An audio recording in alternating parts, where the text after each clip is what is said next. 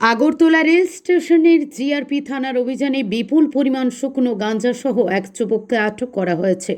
শনিবার আগরতলা রেল স্টেশনের ১ নম্বর প্ল্যাটফর্ম সংলগ্ন পার্কিং এলাকায় সন্দেহজনকভাবে ঘোরাফেরা করার সময় হাসিবুল হোসেন বয়স ২৬ নামে ওই যুবককে আটক করে জিআরপি থানার পুলিশ।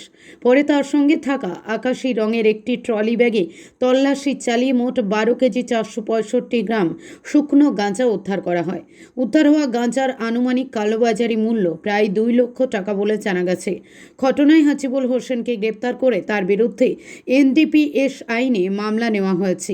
বিষয়টি নিশ্চিত করেছেন আগরতলা জিআরপি থানার অফিসার ইনচার্জ রাজু ভৌমিক।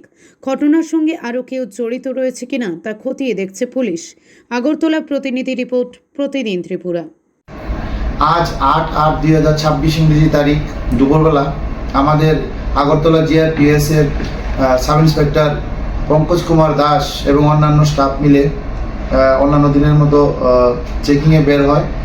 বের হওয়ার পর তারা যখন ১ নম্বর প্ল্যাটফর্মে চেকিং করছিল তখন হঠাৎ করে লক্ষ্য করে যে একটি কম বয়সের ছেলে একটি ট্রলি ব্যাগ নিয়ে মেইন গেট দিয়ে না প্রবেশ করে অন্য একটি রাস্তা দিয়ে প্রবেশ করেছে।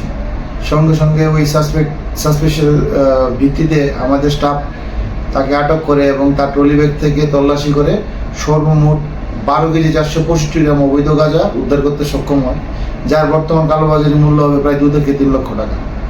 সঙ্গে সঙ্গে আমরা তাকে আটক করি এবং তার কাছ থেকে ওই গাঁজাগুলা বাজেয়াপ্ত করি। প্রাথমিক তদন্তে সে জানায় যে সেই এই গাঁজাগুলো সিপাহীজলা ডিস্ট্রিক্ট থেকে এনেছে এবং ট্রেনের মাধ্যমে সেইগুলো বহিরাজ্যে নিয়ে যাওয়ার উদ্দেশ্যে এখানে এসেছে। আমরা তার বিরুদ্ধে একটি সুনির্দিষ্ট ধারায় এনডিপিএস মামলা গ্রহণ করেছি এবং বর্তমানে তার ইন্টারোগেশন চলছে। তাকে আমরা আগামীকাল মহামান্য আদালতে সোপর্দ করব।